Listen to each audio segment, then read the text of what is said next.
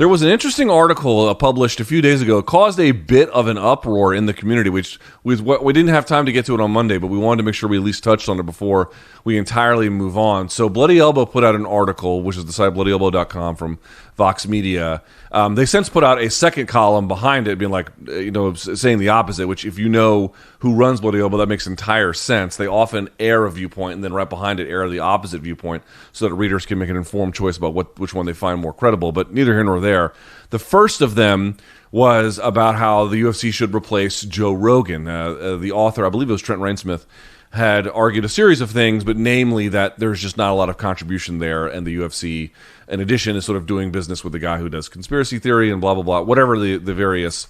you can go read the piece for yourself and decide. But the point that I was more interested in considering was just the amount of uproar this caused. So, BC, what was your estimation? What did you learn about the community and Joe Rogan through the situation? What's your major takeaway from the controversy that it caused? You got to take it with a little bit of grain of salt here, Luke, obviously, because of Rogan's platform and because when he makes certain stances, and right now there's, stances on against COVID and masks that people have been, have not fielded happily. So when you cross over into some of that political side, it can fuel people's decisions.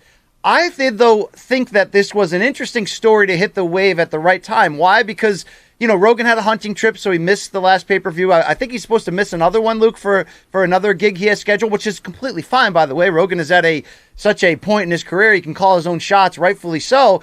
But I think, Luke, what we saw in the absence of him there with Paul Felder filling in was in some ways a more efficient broadcast. So the fact that the appetite of the public for someone who's been there for so long is starting to change is interesting right now. And it's not wrong, right? When you see somebody in there in one seat for so long, they change. It's hard for them to keep up that same spirit or that thing that made you fall in love with them, where for other people, there's just the long-term nostalgic, I want them there no matter what.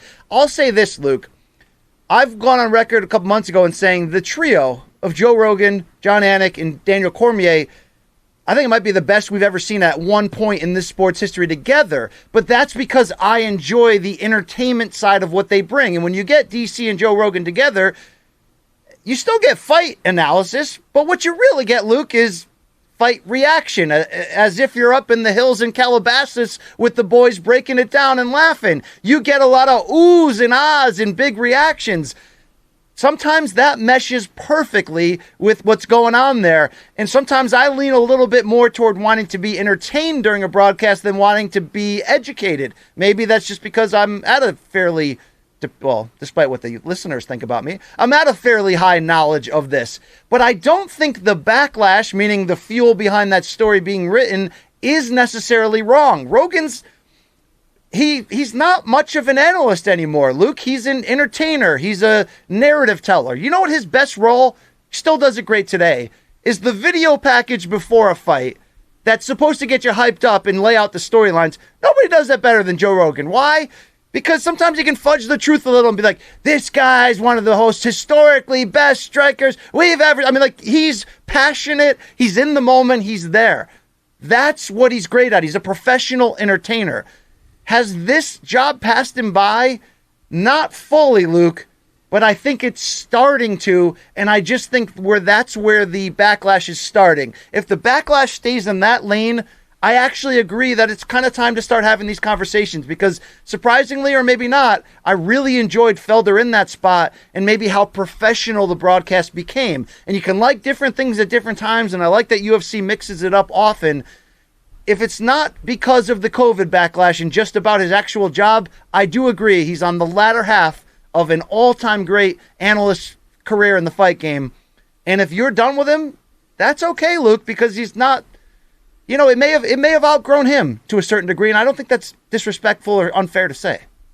That's an interesting perspective. Yeah, I don't know how to challenge too much of that. I mean, on the question of whether UFC should stop, using him, if I was in charge of the UFC for a day or something, no, I don't think I would do that, right? I mean, here is a guy who, what did this reaction show you? It showed you that Joe Rogan has, if you looked at approval ratings, right, about what did the average MMA fan think about these various characters and what is their approval rating as if they were a politician or something. I hate to put it in those terms, but it's an easy way to describe what I'm talking about, Joe Rogan would have an extremely high approval rating, right? It would just be very, very, very high.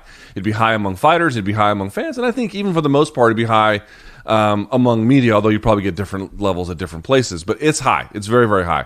And so the intense reaction you saw to that was part of that, which I can understand.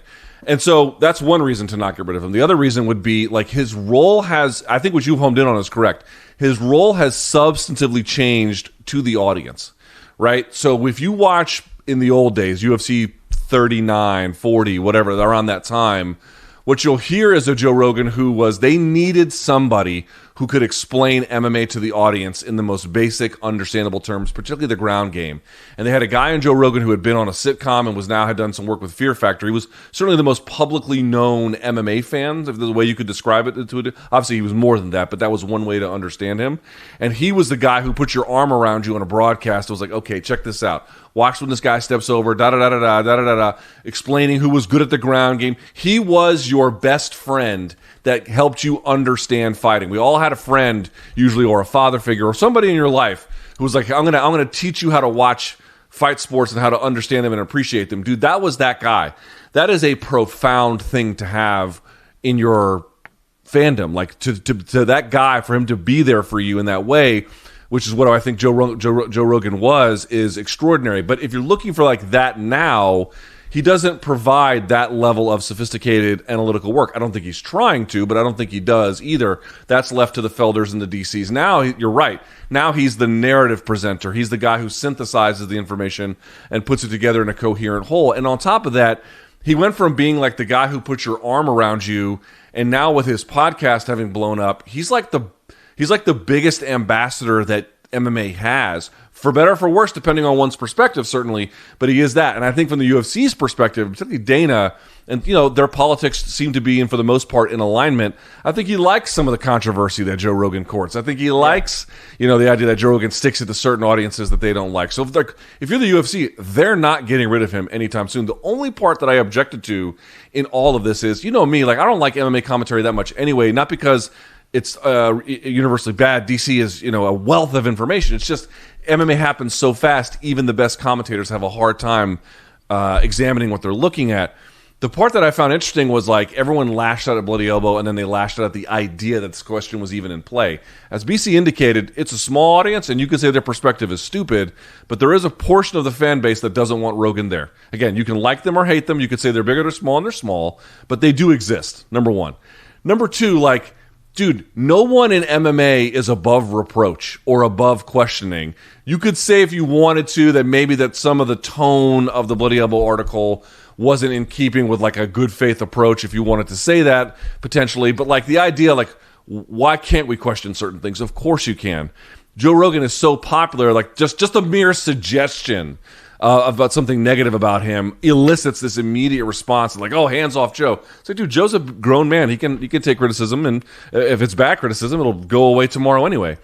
The last thing I'd say is just about Bloody Elbow, BC. Now, as a matter of disclosure, I was the editor-in-chief there up until about 2009, 2010. So it's been a long time since I worked there. But the guy who runs it was the guy I used to run it with. Let me explain something to you about Bloody Elbow. Dude, they're not going to publish things that you like all the time. They're going to publish shit you hate a lot. Because in MMA, people do not like to question powerful figures. They do not like to raise questions about things people like. What MMA fans want from MMA media is to service their fandom. They don't want the public interest, for the most part, serviced all that much. And Bloody Elbow, like any other site, has made a fair share of mistakes. They made a fair share of mistakes when I was the one calling some of the shots over there. So, mea culpa. But you need someone in this space, whether they are right or whether they are wrong, BC, to say to audiences that don't want to hear it sometimes things that they don't want to hear. I don't agree that the UFC should get rid of Rogan, but last thing I'll say, last sentence. I am glad there is at least one place inside MMA that is not afraid of challenging some status quo ideas. Damn right. And that place usually is called Morning Combat, but it's also Bloody Elbow as well, Luke. And I know Brendan came out hard in support of his boy and really put it on the MMA media, but I know he's got other beefs with other guys. We're big Brendan supporters on this show. Luke, you said no one in MMA is above reproach. Even me, I think our staff the other day was like, ABC, you're a little too ridiculous and arrogant on these Zoom calls here. Can we clean it up a little bit? Can you... You know what I mean? Well, you just wouldn't stop bringing up a terrible situation. I'm like, dude, stop talking about it. And it was like this weird thing where you had pulled the string on you, and then you just had to do it. I was like, you don't learned have my to lesson, do it. Luke. I don't want to be a distraction for this show at all, Luke. Okay, I want to fuel the good times on this show. But look, if final statement, if Joe Rogan's schedule got a little bit more refined, I think that's the best thing moving forward. I'm not with anybody saying take him off the air because of what he said about COVID. I think that's totally, like, come on. That's not in this conversation. It's more about performance. And I think we are seeing fighters who are, especially DC, who are figuring out how to be entertaining and educational at the same time. Yes. And I would just say, UFC would be foolish to get rid of Rogan, but at the same time, at the MMA world, does not like having people question assumed sets of wisdom. It's okay. You know who shouldn't go anywhere? John Anik shouldn't go anywhere because you know what, Luke, that guy is on the verge of becoming the best to ever do that job. Okay, I'm letting that be known out loud. I agree. I completely agree. John Anik's the man. All right.